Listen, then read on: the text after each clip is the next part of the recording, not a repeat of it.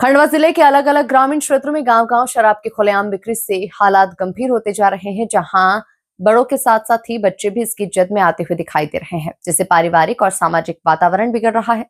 इसी बात को लेकर लाडली बहनों ने देश के प्रधानमंत्री नरेंद्र मोदी से भावुक अपील की है। महिलाओं का कहना है कि सरकार के द्वारा दी जा रही 1500 रुपए की राशि शराब पर खर्च हो रही है, जिससे पूरा परिवार बर्बादी की ओर जा रहा है।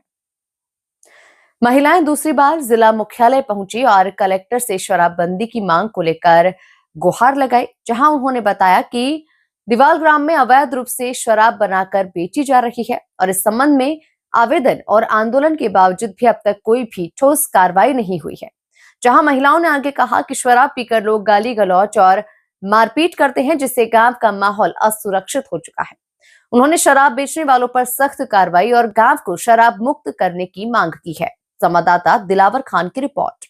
दारू के लिए आए साहब, हम तो हमारे गांव की दारू बंद करवाओ। बहुत साल से बिक रहे, छोटे छोटे बच्चे भी पी रहे हैं और आदमी पी पी के आते हैं, औरतों को मारते हैं और बाहर निकालते हैं, बच्चों को, लेडीजों को, सबको मारते हैं। दादा उनके माँ बाप को भी मारते हैं शराब पी के और बाहर भगाते हैं और बोलते हैं कि तुम मर जाओ तो मर जाओ, मैं शराब नहीं छोड़ूंगा। शराब तो बहुत साल से उतर रहे, हमारा गांव इतना गंदी पे उतर गया है। नाले खाले पर किधर भी आदमी पड़े रहते हैं। भैया काम पे जाती है, शाम को 6 बजे आती है तो उनकी नौकरी लड़की है, बोले कहाँ से हम पैसे लाएंगे। वो मोदी मामा पैसे डालता, वो भी चोरी से निकाल लेते और शराब वाले को घर दे के आ जाते और शाम को मारते हैं। बोले तू कहाँ से कमा के ला रहा, मैं तेरे को पाल रहा हूँ। शराब हमारी कमाई की पी रहा और शराब इतना घर चला रहा है कि सब रात दिन उसके घर रहते। शराब वालों के घर ने रोड पे शराब रखी है, उनने टपरी बना बना के।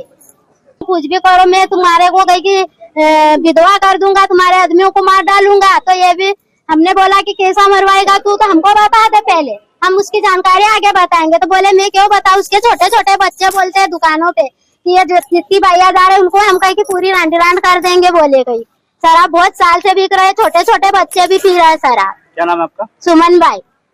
देखिए सर, हमारे यहाँ बहुत 10 से 12 साल से शराब बिक रही है। इसका किसी भी प्रकार का मुद्दा नहीं किसी ने उठाया था।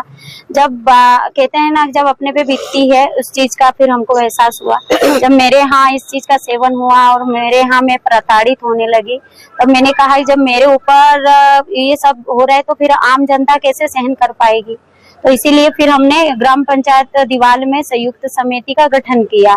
फिर हम पंधाना आए, हमने ज्ञापन दिया दिलीप देवड़ा जी को, जो टीआई साहब है। उनकी हमें काफी मदद रही। उन्होंने कहा आप ये संयुक्त समिति का गठन जिला स्तर पे करिए और उसके बाद में जिले स्तर से जब तुम्हारी जो समिति है इसका रजिस्ट्रेशन हो जाएगा तो आप पूरे जिले में सब दीदियों की मदद कर पाओगी। इसलिए फिर हमने वहाँ पे समिति का गठन किया और फिर हमारे यहाँ दीवाल में ऐसा माहौल हो गया था कि 12 साल 13 साल के बच्चे दारू का सेवन करके पूरे कपड़े उतार के खुलेआम घूम रहे थे।